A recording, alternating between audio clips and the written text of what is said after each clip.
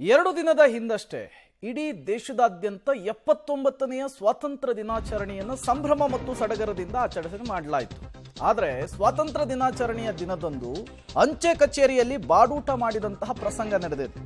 DJ ಹಾಕೊಂಡು dance ಮಾಡಿದ್ದಾರೆ ಅಂಚೆ ಇಲಾಖೆಯ ನೌಕರರು. ಹಾಸನ ಜಿಲ್ಲೆಯ ಬೇಲೂರು ಪಟ್ಟಣದ ಅಂಚೆ ಕಚೇರಿಯಲ್ಲಿ ನಡೆದಂತಹ ಘಟನೆ ಇದು.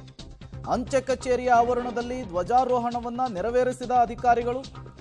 ನಂತರ ಅಂಚೆ ಕಚೇರಿಯೊಳಗೇನೆ ಸಿಬ್ಬಂದಿಗಳಿಂದ ಬಾಡೂಟವನ್ನ ತಯಾರಿ ಮಾಡಲಾಗಿದೆ. ಭರ್ಜರಿ ಬಾಡೂಟವನ್ನ ಸೌದು ಅದಾದ್ಮೇಲೆ ಡಿಜೆ ಸೌಂಡ್ಗೆ ಸ್ಟೆಪ್ ಅನ್ನು ಹಾಕಿದ್ದಾರೆ ಸಿಬ್ಬಂದಿಗಳು. ಅಂಚೆ ಇಲಾಖೆಯ ನೌಕರರ ವರ್ತನೆಗೆ ಸಾರ್ವಜನಿಕರಿಂದ ವ್ಯಾಪಕ ಆಕ್ರೋಶ ವ್ಯಕ್ತವಾಗಿದೆ. ನೌಕರರ ವರ್ತನೆಗೆ ಈಗ ವ್ಯಾಪಕ ಆಕ್ರೋಶ ವ್ಯಕ್ತವಾಗಲೇಬೇಕು. ಯಾಕಾಗಿ ಸ್ವಾತಂತ್ರ್ಯ ದಿನಾಚರಣೆಯನ್ನು ಆಚರಿಸ್ತಾರೆ ಅನ್ನುವಂತಹ ಮಿನಿಮಮ್ ಕಾಮನ್ ಸೆನ್ಸು ಕೂಡ ಇವ್ರಿಗೆ ಇಲ್ಲದೆ ಇರೋದು ಗೊತ್ತಾಗ್ತಾ ಇದೆ. ಕೆಲವರಿಗೆ ಸ್ವಾತಂತ್ರ್ಯ ದಿನಾಚರಣೆ ಅಂದರೆ ಒಂದು ದಿನದ ಸರ್ಕಾರಿ ರಜೆ ಅಂತ ಅನ್ಕೊಂಡ್ಬಿಡ್ತಾರೆ.